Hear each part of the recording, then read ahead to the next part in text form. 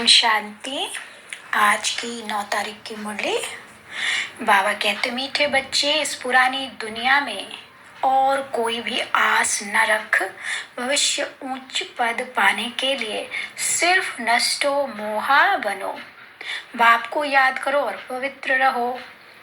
आज का प्रश्न है, बाप कौन सा सीधा सरल रास्ता बताते हैं कि किस बात से बाप का ताल्लुक नहीं है?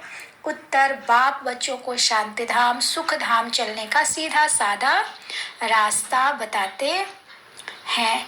बच्चे सिर्फ बाप को याद करो और पवित्र रहो। बाकी तुम्हारे सामने कोई विपदा आती, दुख व बीमारी आती, देवाला मारते, यह सब तुम्हारे अपने ही कर्मों का हिसाब है। इनसे बाप का कोई ताल्लुक नहीं।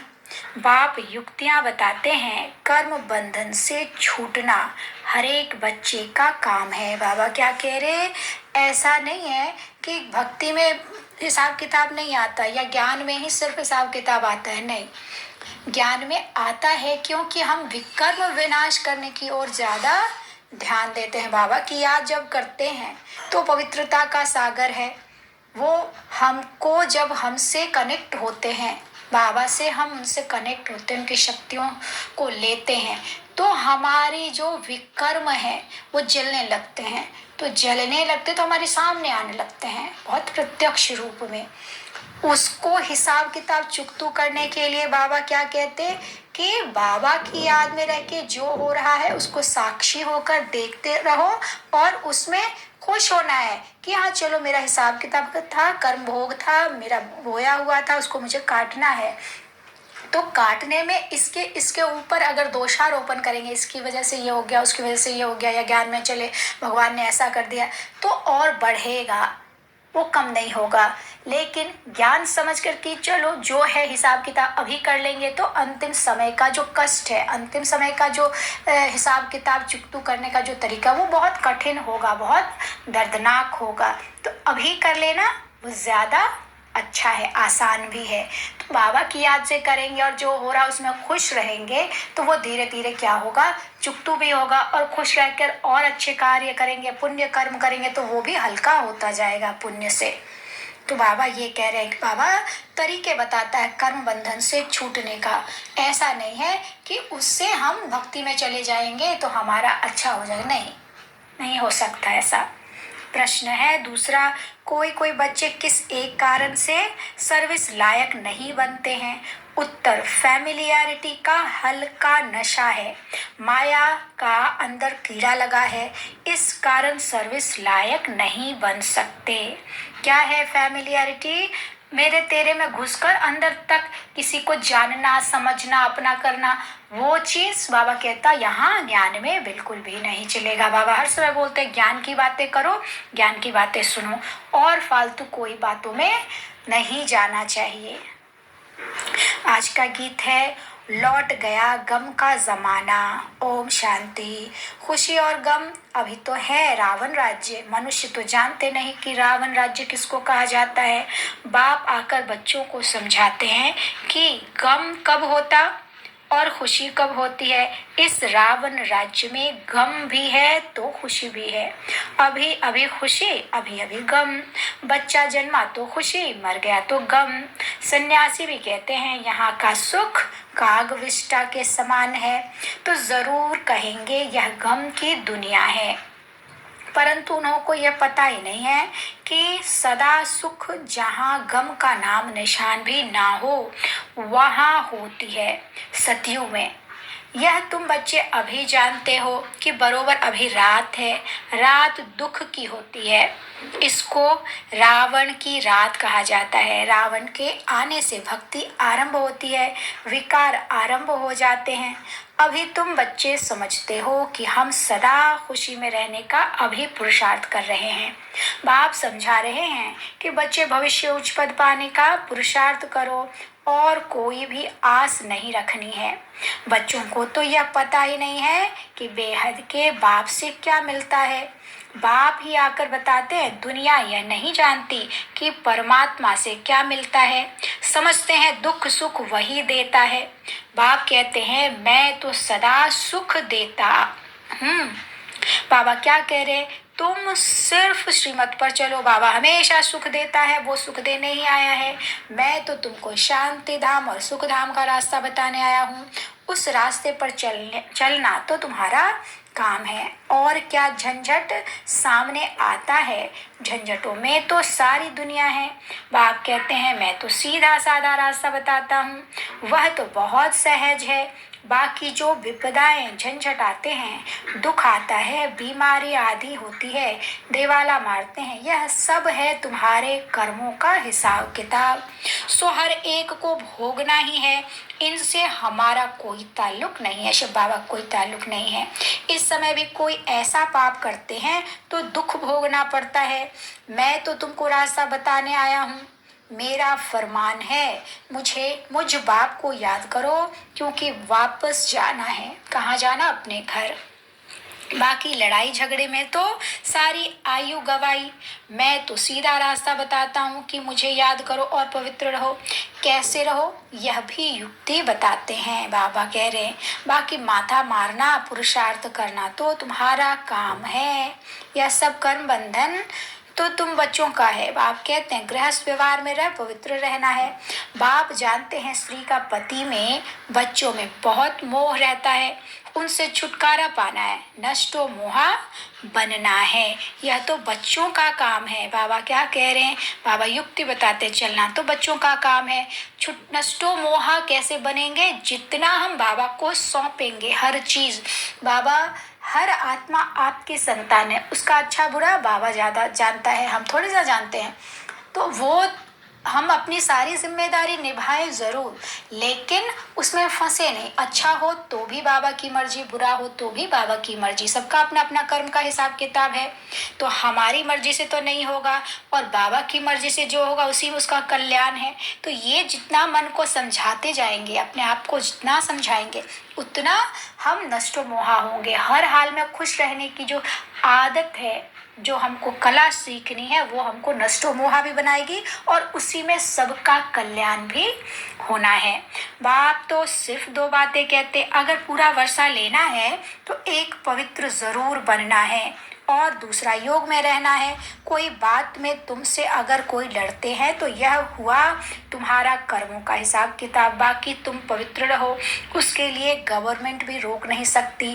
बाप तो रास्ता बताते हैं कि तुमको घर बार नहीं छोड़ना है, गृहस्थ व्यवहार में रहते पवित्र रहना है, और योग में रहना। मनुष्य समझते हैं पवित्र रहना बड़ा मुश्किल है, क्योंकि ऐसा शिक्षा किसी ने तो दिया ही नहीं है।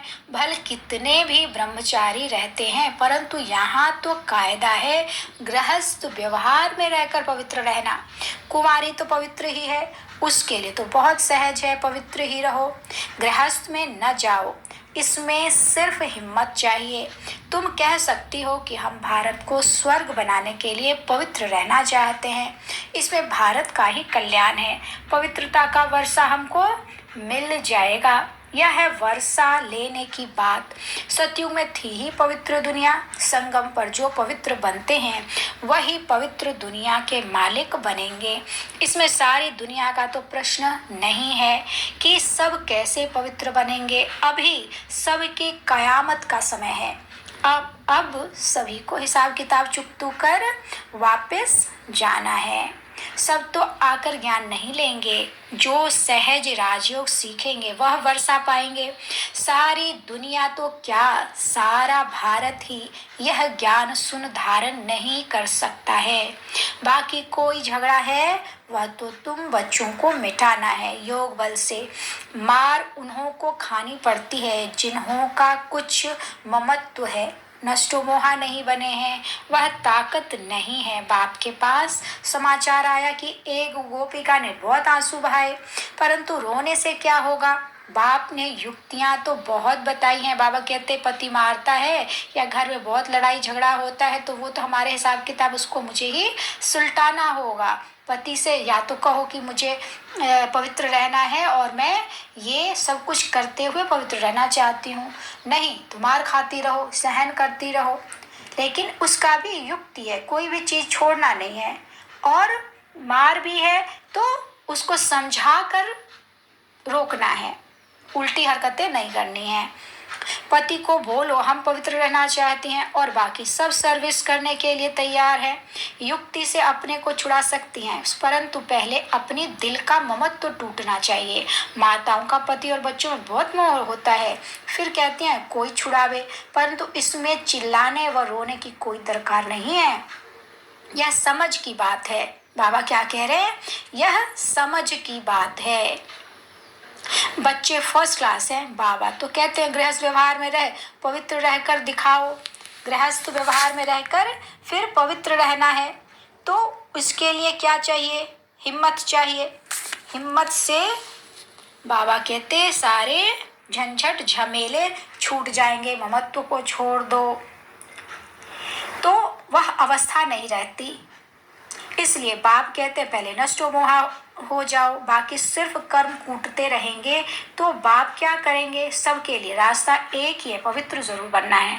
अगर पवित्र नहीं रहने देते तो अपने बाबा कहते पाँव पर खड़ी होकर कोई ना कोई सर्विस में लग जाओ। यहाँ तो साफ दिल चाहिए। ऐसे नहीं घर छोड़कर आए फिर ब्राह्मण कुल में रह कोई ना कोई से फैमिलियरिटी में फंस रहे हैं। ऐसे भी बहुत हैं जिनको फैमिलियरिटी का हल्का नशा रहता है, उन्हों की अवस्था नहीं चढ़ती, सर्विस लायक नहीं बनते, क्योंकि अंदर कीड़ा लगा हुआ है, माया छोड़ती नहीं है। लिखते हैं बाबा बहुत माया के तूफान लगते हैं तो जरूर हल्का नशा आता होगा। यहाँ कमल फूल समान रहना है, मुरझाने की बात नहीं। सबको अपना अपना कर्म बंधन है, तो दवाई भी अपनी अपनी है। कोई कमाई लिए पूछते हैं तो बाबा उनका पोता मेल देख राय देते हैं। कोई है जिनका धंधा ऐसा है कि पाप करने बिगड़ शरीर निर्वाह चल नहीं सकता। आजकल समय ही ऐसा हो गया है। कोई पास बहुत पैसे हैं तो पाप करने की दरकार नहीं है। बाप कहते हैं शांत में बैठ योग की कमाई करो, परंतु काम करने से पहले राय लेनी होती है। ऐसे नहीं काम करने के बाद बोले इस बात में फंस गया हूँ, क्या करूँ? बाबा समझाते रहते हैं अगर धन बहुत है तो शांत में बैठ बाबा से वर्षा लो, धंधा धोरी का झंझट छोड़ो। बाबा कहते हैं हर काम करने से पहले बाबा से जरूर पूछना है। कदम कदम पर श्रीमत पर चलना जरूरी है। आपस में बहुत मीठा रहना, नहीं तो बाप दादा का नाम बदनाम कर देंगे। बाप दादा व सतगुरु की निंदा करने वाला ऊंच ठौर नहीं पाएगा। अपने हाथ में लौ नहीं उठाना चाहिए, नहीं तो सब कहेंगे ईश्वर कुल के भी ऐसे बच्चे होते हैं क्या?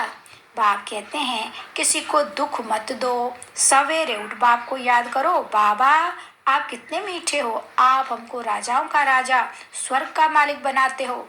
हम आपकी श्रीमत पर जरूर चलेंगे, हम आसुरी मत पर नहीं चलेंगे। बाप को याद नहीं करते हैं तो बाप समझ जाते हैं इसके अर्जुन पुराने आसुरी संस्कार हैं। यह क्या स्वर्ग का राज्य भाग्य लेंगे? अपनी चलन तो देखो, नहीं तो तुम बच्चों को जैसा तकदीरवान दुनिया भर में कोई नहीं है। तुम बच्चे जितना तकदीरवान दुनिया में कोई नहीं है। बाप तो कहेंगे सगे बच्चे बनो, ऐसी चलन दिखाओ जो बाप की भी खुश हो। बाप को बच्चों का बहुत ख्याल रहता है कि कैसे बच्चों को दुख से छुड़ाएं, ऊंच पद प्राप्त कराएं। चलन कैसी हो? श्रीमत पर बिल्कुल चलना चाहिए, अंदर बाहर एक सच्चाई सफाई से, तो हम सगे बच्चे बनेंगे। बाबा के सौतेले नहीं मातेले बच्चे बनेंगे, बाबा के सगे बच्चे। बाप समझाते हैं दिन में भल गोरख धंधा करो, परंतु ब्रह्म मुहूर्त में उठ बाबा से मीठी मीठी बातें करनी चाहिए। बाबा आपने तो कमाल किया है। 21 जन्मों के लिए स्वर्ग की बादशाही तो आप देते हो। हम तो आप पर बलिहार जाऊं तो बलिहार जाना है, सिर्फ कहना नहीं है। जितना समय याद में रहेंगे उसका असर सारा दिन चलेगा। बहुत बीके हैं जो सुबह को उठते नहीं हैं तो धारणा भी नहीं होती है। सवेरे जागने की आदत पड़ जाए फिर देखो कैसे सर्विसेबल बन जाते हैं। जिसको सर्विस का शौक है वह कहाँ भी सर्विस करेगा। गाली तो मिलेगी, 100 में से एक निकलेगा, इसमें लज्जा नहीं होनी चाहिए। बाबा कह रहे 100 को समझाएंगे तो एक के समझ में आएगी, बहुतों से गाली भी खानी पड़ेगी, लेकिन इसमें शर्म की कोई बात नहीं। सर्विस तो जहां तहां है, सिर्फ करने वाला चाहिए। बाबा युक्तियां तो बताते रहते हैं, नशा होना चाहिए और सभी नशों में है नुकसान। बिगर नशे नर को नारायण बनाने के यह नशा बाप चढ़ाते हैं, बाकी कोई के पास ज्ञान का नशा है नहीं। बाबा कहते इस ज्ञान का नशा होना चाहिए कि हम क्या बन रहे हैं, नर से नारायण, और दूसरों को भी नर से नारायण बनाने का की सेवा कर रहे हैं, तो इसका नशा होना चाहिए। भगवान हमें डायरेक्ट पढ़ा रहा है। पतित दुनिया और पावन दुनिया का भी किसको पता नहीं है। पतित दुनिया में जरूर पतित होंगे, तब जो पावन देवताओं को पूजते हैं सतयुग त्रेता में, तो पावन महाराजा महारानी होकर गए हैं। रावण की राजधानी शुरू होती है द्वापर से। बच्चे जानते हैं कि शिव बाबा हमको अच्छे कर्म सिखलाते हैं और फिर पद का भी साक्षात्कार कराते हैं। जो जैसा पढ़ेगा वैसा पद भी लेगा और बाबा भी दिखाएगा। फिर यह है प्रत्यक्ष फल का साक्षात्कार। तो जबकि बाप स्वयं आए हैं सिखलाने के लिए, तो सीखने की कितनी उत्कंठा होनी चाहिए। कर्म बंधन है, सिर्फ ऐसे कहना इसको भी कमजोरी कहा जाता है कि अब कर्म बंधन है क्या करें। ये बाबा कहते हैं ये आपकी कमजोरी है। सबके कर्म बंधन है, कर्म बंधन से छूटने का प्रयत्न तो करना है ना। कर्म बंधन से छूटने की युक्तियां भी बाबा बतलाते रहते हैं, परंतु ऐसी राय पक्के को ही दे सकते हैं। जो पक्का बच्चा होगा उसको बाबा कर्म बंधन से बचाने की राय देगा, न कि कच्चे को। कई बांधेलियां भी पुरुषार्थ कर ज्ञान योग बल से पति को वश कर उनको ले आती है, मार भी बहुत खाती हैं। कहा जाता है ना, धरत पड़े धर्म न छोड़िए। तो यह भी प्रतिज्ञा की जाती है और उस पर कायम रहना है, पवित्र ही रहना है।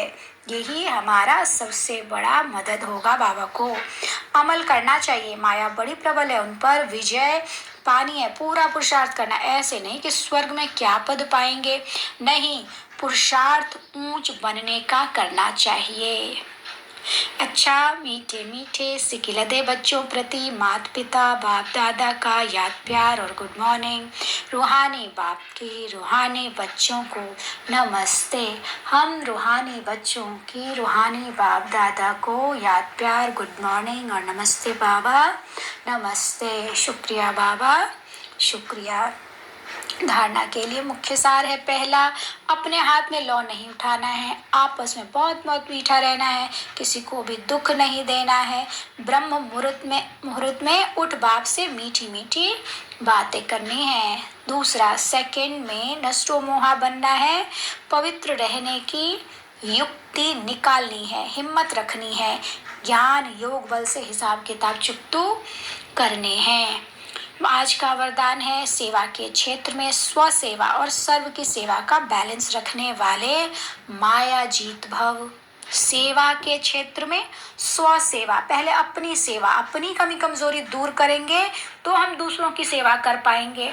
अपनी कमी कमजोरी दूर नहीं किया, पहले हम दूसरों की सेवा करने लग जाएंगे तो अपना भी तो संस्कार दिखता रहेगा ना, तो वो फिर डिससर्विस हो जाएगी। तो इसलिए बाबा कहते हैं स्व सेवा के क्षेत्र में स्व सेवा और सर्व की सेवा का बैलेंस रखने वाले माया जीत भव। सर्व की सेवा के साथ साथ पहले स्व सेवा आवश्यक है। यह बैलेंस सदा स्व में और सेवा में उन्नति को प्राप्त कराता है। इसलिए सेवा के क्षेत्र में भागदौड़ करते दोनों बातों का बैलेंस रखो तो माया जीत बन जाएंगे। बैलेंस रखने से काया कमाल होती है, नहीं तो सेवा में बाह्य मुक्ता के कारण कमाल के बजाय अपने व दूसरों के भाव स्वभाव की धमाल में आ जाते हो। सेवा की भागदौड़ में माया बुद्धि की भागदौड़ करा देती है। सेवा में बहुत बिजी हो जाएंगे तो माया क्या करेगी, अपने लिए समय नहीं मिलेगा, योग कर नहीं पाएंगे, योग नहीं करेंगे तो अपने विकर्म कैसे विनाश होंगे, अपने संस्कार कैसे परिवर्तन होंगे। अगर ये परिवर्तन नहीं होंगे तो जो सेवा कर रहे हैं उसमें उल्टा काम हो जाएगा। तो बाबा कहते हैं इसलिए माया से बचने के लिए स्व पर और तब सर्व पर ध्यान देना है, इसका बैलेंस रखना है। आज का स्लोगन, अपनी विशेषताओं के बीज को सर्व शक्तियों के जल से सींचकर उन्हें फलदायक बनाओ। सब में जो विशेषता बाबा ने जो दी है, जो जन्म से विशेषता है वो नहीं, जो ज्ञान में चलने के बाद अचानक से विशेषता समझ में आई, वो बाबा का दिया हुआ है पहली बात। फिर उसको हमको कैसे सींचना है? सर्व शक्तियों के जल से। कौन सा सर्व शक्ति? अष्ट शक्ति है ना, सहन करने की, समाने की, सहयोग करने की, विस्तार को संकीर्ण करने की, सामना करने की, परखने की, निर्णय करने की, ये सारी समाने की, ये सारी अष्ट जो शक्तियां हैं उनको यूज करना है। किसी में बहुत अच्छा बोलने की कला है, लेकिन कला किसी को दुख न दे। बाबा कहता वो कुछ उल्टी भी चीजें है तो उसको संभालो, सहन कर लो, परख कर कहाँ किसको हम ये ज्ञान दे रहे हैं, वो समझ भी सकता है या नहीं समझ सकता है। ये सारी बातों को ध्यान में रखकर फिर सेवा करेंगे तो वो फलदायक हो जाएगी। अच्छा, ओम शांति।